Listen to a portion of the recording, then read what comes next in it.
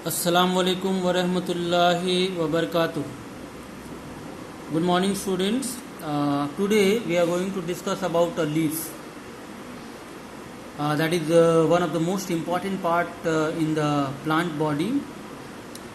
And how we can define the leaf? A leaf is the green and flat lateral outgrowth of the stem. That means it is nothing but the outgrowth of the stem. It is developed from the stem. It grows from the nodes.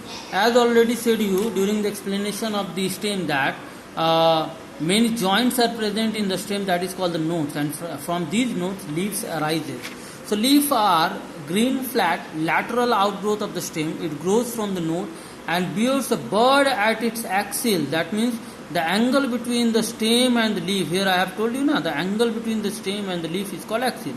So at the axil it bears a bud. They are generally dorsiventral. Now, what is the meaning of the dorsiventral? Dorsiventral means what? They have two faces. Just suppose if this is my palm, so I have two distinct faces. This one is different in color, and this one is different in color and structure also. So the leaves are generally dorsiventral. That means both the side of the leaves are different. Flat end and thin and are main organ responsible for photosynthesis. Since the leaves of the most of the plants contains chlorophyll, and chlorophyll is vital for the making of food by the process of photosynthesis. If we see the structure of the leaf, a leaf has two main parts. First of all, the leaf blade or lamina. The whole green and flat part is called lamina, and this part is called petiole. So the whole leaf you can divide it into two structures. First one is what? Lamina or leaf blade, and second one is petiole. If we talk about the lamina or the leaf blade, it is wide and flat. Flat means what? Means just like this page, flat, even. Green portion of the leaf. This is the green portion of the leaf. It contains prominent midrib. If you see the leaf blade at the center, at the middle, there is a presence of a distinct midrib, isn't it? And from this midrib, many branches are come out. Many small branches are spreading across the leaf. That is called the veins. And these branches further give rise. Just suppose if I draw the whole structure of the leaf, further they will give rise to another minute structure that is called the venlets. What it is called? The venlets. So this one is midrib. The side branches are called veins. Side veins you can also say. And from the side veins, many minute thread-like structure also come out. That is called the venlets. And student, these means what? Midrib and the side veins are nothing but the xylem and the phloem. And their work is to carry the water and minerals and food. Water, minerals and food. But they can also provide the support to the plant.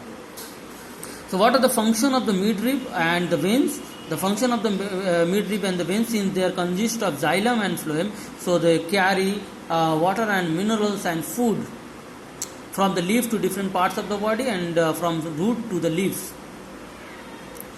And from the this side vein, many small branches are come out. That is called the venlets.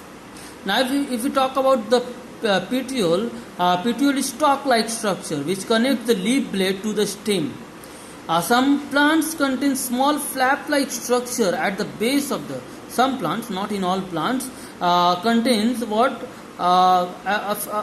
Flap-like structure, a flap or small leaf-like structure at the base of the petiole. That is called the stipules. What it is called? Stipule, but it is not present in all leaves. So the leaf that contains stipule are called stipulated leaf. Remember this term, stipulated leaf. The leaf which contains stipules, that is called the stipulated leaves. Now, the arrangement of vein is not similar in all the plants. The arrangement of veins are very much different in all the plants. And generally the arrangements of these veins and side veins are of two types. First one is what? Reticulate venation. Second one is parallel venation. So reticulate venation is what? Leaf is said to have reticulate venation when the veins are spread out in all directions from the midrib, forming a kind of network. And the kind of drawing that I have made, it is an example of the reticulate venation, in which the veins are spread out in all directions from the midrib. Midrib is present, forming a kind of network, and this kind of leaf you can find in all dicot plants like banyan, peepal, rose, mango, guava, all dicot plants. And the second one is parallel venation. In the leaves with parallel venation, the veins runs parallel to each other, like in rice, generally monocot plant, like a rice, banana, bamboo, grass, etc. Let me show you the parallel venation type of leaf. This is an example of the parallel venation type of leaf, where the venations are parallel to each other. See here, they are not like net. They are not like net. They are just like means what? Parallel to each other. Means the lines of the venations are very much parallel to each other. But in case of reticulate venation, we see that the venation are not parallel to each other. They form the net-like structure. So student, this much for today, and next day we will study about the types of leaves and the function of leaves. So if you have any question regarding the today's topic, text me. Assalamu alaikum.